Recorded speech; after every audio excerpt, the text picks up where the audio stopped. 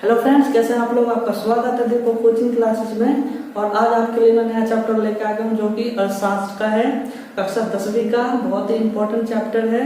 और इससे पहले हमने जो चैप्टर पढ़ा था वो विकास चैप्टर था, लेसन नंबर 1 का। अगर आपने नहीं देखा है तो आप उसको देख लीजिए मेरे दीपक कोचिंग क्लासेस के चैनल पे जाके, वो आपको मिल जाएगा। उसके बाद ही ये आपको चैप्टर समझ में आएगा, क्योंकि विकास जब हम चैप्टर पढ़ेंगे उसके बाद ही हम ये जो है चैप्टर को समझ पाएंगे। तो आप एक बार वीडियो जाकर देख सकते हैं। तो आज का जो चैप्टर हमारा क्या है, भारतीय अर्थव्यवस्था के क्षेत्र। तो भारतीय अर्थव्यवस्था के क्षेत्र कौन कौन से होते हैं वो आज हम क्लियर करेंगे।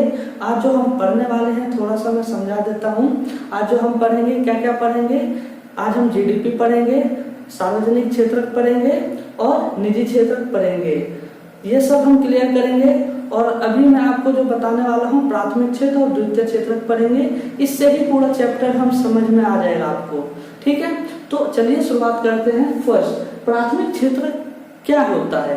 तो प्राथमिक क्षेत्र जब हम देखिए क्या लिखा है, जब हम प्राकृतिक संसाधनों का, बहुत इजी है, जब हम प्राकृतिक संसाधनों का उपयोग करके किसी वस्तु का उत्पादन करते हैं तो इसे प्राथमिक क्षेत्र कहते हैं। सिंपल सा चीज क्या कह रहा है, प्राथमिक क्षेत्र फर्स्ट आ रहा है, आपको ऐसे समझ में आ जाएगा। मतलब कि जैसे कि जो भी चीजें होती है क्या होगा इसमें, संसाधनों का, प्राकृतिक संसाधनों का उपयोग करके किसी वस्तु का उत्पादन करें तो इसे प्राथमिक क्षेत्र कहते हैं। एग्जाम्पल के तौर पे कहूं मैं तो जैसे कि दूध हो गया।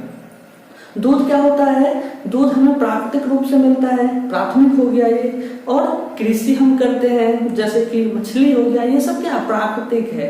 और वन, ये प्राकृतिक क्षेत्र क्या होता है, कृषि क्षेत्र के भी इसको कहते हैं और सहायक क्षेत्र भी कहते हैं हम इसको। तो इसको बहुत इजी है समझना कि जो भी प्राकृतिक संसाधन होता है उसका उपयोग किसी वस्तु का उत्पादन करे तो इसे प्राथमिक क्षेत्र कहते हैं। जैसे कि मैं आपको एक थोड़ा सा दे दूं, जैसे प्राकृतिक उत्पाद क्या होता है, एग्जाम्पल है जैसे कि आपका हो गया कृषि और आपका हो जाएगा डेयरी और मत्स्य पालन और वन। ये क्या कहलाता है, ये जो होता है मैंने क्या आपको एग्जाम्पल समझा रहा हूँ। प्राकृतिक उत्पाद जो होता है कृषि, डेयरी, मत्स्य और वनों से प्राप्त करते हैं, इसे कृषि और सहायक क्षेत्र भी कहते हैं। इसको आप कृषि और सहायक क्षेत्र भी कह सकते हैं।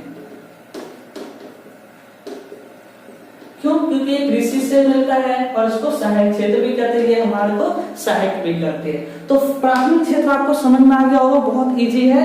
सेकंड पढ़ते हैं हम, चलिए। तो द्वितीय क्षेत्र क्या होता है, द्वितीय क्षेत्र के गतिविधियों के अंतर्गत क्या लिखा है, द्वितीय क्षेत्र के गतिविधियों के अंतर्गत प्राकृतिक उत्पादों, क्या है इसमें क्या होगा, प्राकृतिक उत्पादों। उत्पादों मतलब क्या होता है, उत्पाद जो होता है को विनिर्माण प्रणाली के जरिए, विनिर्माण क्या होता है, जब कारखाने में इसको विनिर्माण किया जाता है के जरिए अन्य रूपों में इसको परिवर्तन चेंज कर दिया जाता है। मतलब कि एग्जाम्पल के तौर पर मैं आपको बताऊं, जैसे कि गेहूं हो गया, गेहूं में क्या है प्राकृतिक रूप से मिलता है और इसको हम क्या कर लेते हैं, इसको हम बना देते हैं किस चीज में, गेहूं को हम क्या कर देते हैं आटा में बन जाता है, कहाँ पे, विनिर्माण कर दिया जाता है। विनिर्माण को कारखाना, जहां औद्योगिक क्षेत्र भी इसको कहते हैं। तो विनिर्माण प्रणाली के जरिए अन्य रूपों में परिवर्तित, ये क्या परिवर्तित हो गया, आटा में। सो एग्जाम्पल, और ये समझ में आ गया। एक और एग्जाम्पल देता हूं, जैसे कि गन्ना हो गया। गन्ना हमें प्राकृतिक रूप से मिला है और उससे हम क्या बना देते हैं, चीनी बना देते हैं और क्या बना देते हैं, गुड़ बना देते हैं। तो ये क्या हो गया, द्वितीय क्षेत्र में आ गया। प्राथमिक क्षेत्र से द्वितीय क्षेत्र में आ रहे हैं, मतलब सिंपल सी चीज कह रहा है। एक और एग्जांपल देता हूँ, बहुत इजी है। जैसे कि मिट्टी हो गया, मिट्टी से हम क्या बना देते हैं, ईंट बना देते हैं और ईंट से क्या बना देते हैं, भवन बना देते हैं। तो ये क्या है, इसको ही विनिर्माण करके ये क्या कर रहे हैं, विनिर्माण से परिवर्तित कर रहे हैं कि जब ये नए रूप में दे देते हैं। मिट्टी से हम क्या बना रहे हैं, ईंट बनाते हैं, ईंट से हम भवन बना रहे हैं, मतलब चेंजेस कर रहे हैं। तो ये द्वितीय क्षेत्रक कहते हैं। रिकॉल करते हैं, द्वितीय क्षेत्रक के गतिविधियों के अंतर्गत क्या होता है, इसके अंतर्गत प्राकृतिक उत्पाद जो होता है, जो मिट्टी है, उत्पाद को विनिर्माण क्या है, कहाँ पे मिट्टी से हम वो बनाते हैं ईंट को, जहाँ पे वो बनाया जाता है, विनिर्माण पटाली के जरिए अन्य रूपों में परिवर्तित किया जाता है। एग्जाम्पल के तौर पे गेहूं से आटा बन गया, विनिर्माण के जरिए परिवर्तित हो जाता है, वो द्वितीय क्षेत्रक में आ जाता है। तो ये आपको चैप्टर अच्छा लगा, मतलब कि अभी हम सेकंड कर रहे हैं, नेक्स्ट शुरू। तो आगे ये आपको बहुत अच्छा लगा होगा, नेक्स्ट शुरू करते हैं। चलिए, द्वितीय क्षेत्रक, तीसरा क्षेत्र कौन सा है, ये गतिविधियां प्राथमिक और द्वितीय, जो हमने पहले और द्वितीय क्षेत्रक के विकास में क्या करती है, मदद करती है, जो इसमें डेवलपमेंट का काम करती है। ये गतिविधियां स्वयं वस्तु का उत्पादन नहीं करती है। क्या बोल रहा है, ये स्वयं जो है गतिविधियां जो वस्तु है उसका उत्पादन नहीं करती है, बल्कि उत्पादन प्रक्रिया में सहयोग तथा मदद करता है।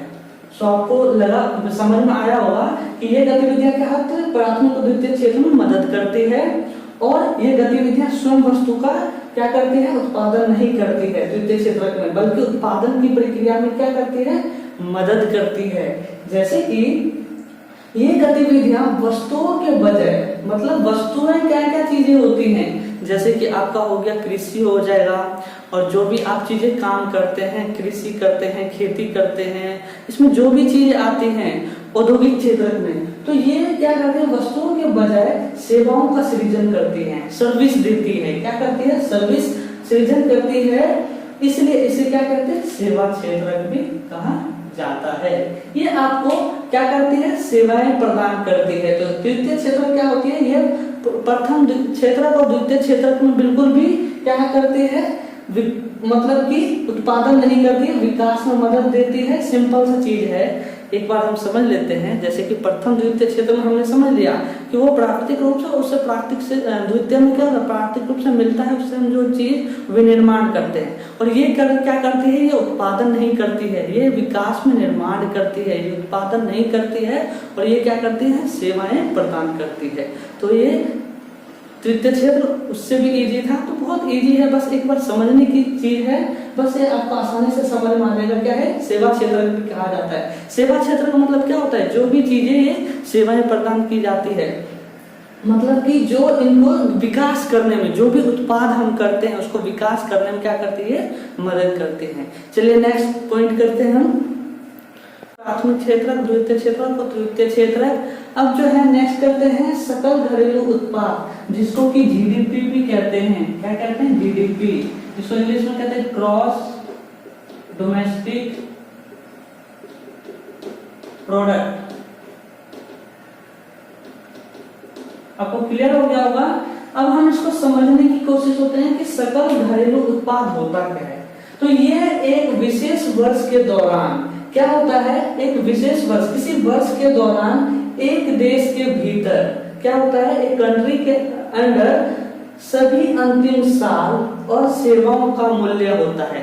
मतलब कि जो वहां का जो वस्तु होता है, जो प्रथम या द्वितीय और तृतीय क्षेत्र के टोटल जो घन आता है, क्या कहते हैं उसको, मतलब कि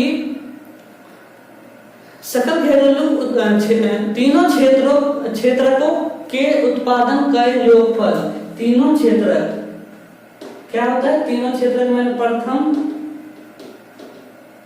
एक बार क्लियर कर देता हूं मैं, प्रथम द्वितीय और तृतीय, तीन हमने क्लियर कर लिया। और ये तीनों का जो योगफल को देश का क्या कहते हैं, तीनों का योगफल क्या होता है, योगफल जो होता है इसका देश का सकल घरेलू उत्पाद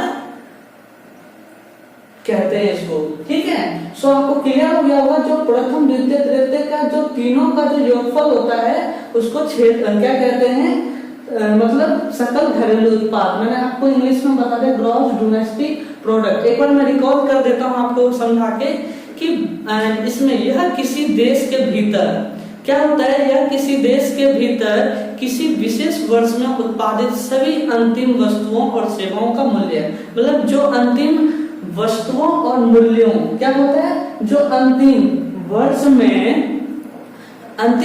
में वस्तुओं और सेवाओं का मूल्य होता है, वस्तुओं और सेवाओं का मूल्य। तो सो आपको ये क्लियर हो गया होगा, सकल घरेलू उत्पाद स, र और ध भी कहते हैं। इसको मैं एक और डिफाइन कर देता हूं। तो इसका जो काम कौन होता है, इसका कठिन कार्य केंद्र सरकार का मंत्रालय करता है। केंद्र सरकार के कार्य कौन करता है, केंद्र सरकार के मंत्रालय। तो कौन करता है इसका कार्य, केंद्र सरकार के मंत्रालय। ये सकल घरेलू उत्पाद जो यह एक विशेष वर्ष के दौरान एक देश के भीतर, मतलब किसी एक देश के अंदर सभी अंतिम साल जो भी लास्ट ईयर का होता है और जो सेवाओं का मूल्य होता है उसको ही सकल घरेलू उत्पाद कहा जाता है। नेक्स्ट पॉइंट पढ़ते हैं, अदृश्य बेरोजगारी।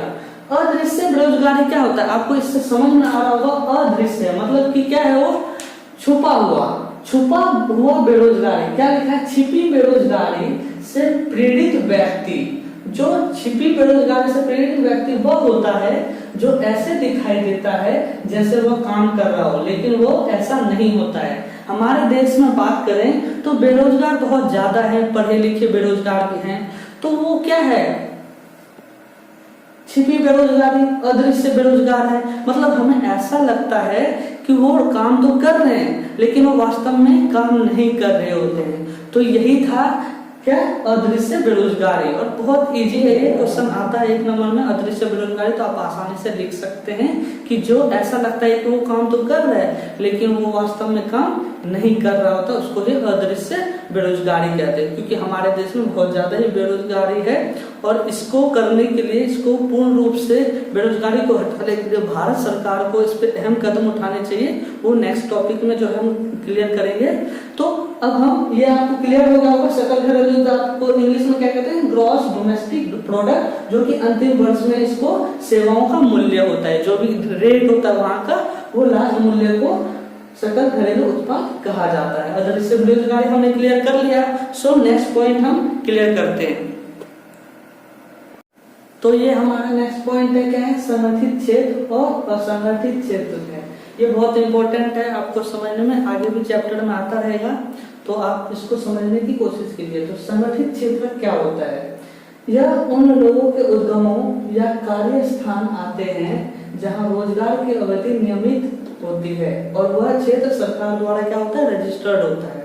तो उसको क्या कहते हैं, संगठित क्षेत्र। मतलब कि ये जो होता है सरकार द्वारा रजिस्टर्ड होता है, तो इसको क्या कहते हैं। और इसका जो होता है टाइम पीरियड होता है, मतलब कि रोज टाइम से जाना आना होता है, ये संगठित क्षेत्र कहलाता है। नेक्स्ट है असंगठित क्षेत्र क्या होता है। ये छोटी होती है और इकाइयां होती है जो सरकार के नियंत्रण से क्या होती है, बाहर होती है, सरकार के नियंत्रण से बाहर होती है। और इसमें नियम और कानून होते हैं लेकिन इनका अनुपालन जो है नहीं किया जाता है। मतलब कि सरकार जो है सब जगह बोलती है कि उसको सुरक्षा प्रदान किया जाना चाहिए, किसी भी तरह का उनको रोजगार जो है नौकरी से उनको निकालना नहीं जाना चाहिए, लेकिन उनका जो है पालन नहीं करती है वहाँ की असंगठित क्षेत्र वाले। और इनका कोई नियमित भी नहीं होता कब किसको नौकरी से निकाल दिया जाए। तो सो आपको ये क्लियर हो गया होगा, संगठित क्षेत्र क्या होता है, सरकार के द्वारा पंजीकृत होते हैं और ये क्या होते हैं, छोटी और इकाइयां होती है जो सरकार के नियंत्रण से बाहर होती है। और इसमें नियम और कानून तो होते हैं लेकिन इसका पालन नहीं किया जाता है। सो तो आपको ये क्लियर हो गया होगा, बहुत इजी था। संगठित और असंगठित कहते हैं जो इजी था। तो अब हम जो है ये आज का फर्स्ट पार्ट था।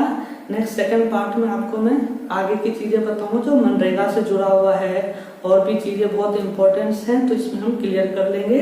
तो आज के लिए इतना ही, नेक्स्ट सेकंड पार्ट 2 में मिलते हैं। Okay bye, good night, take care.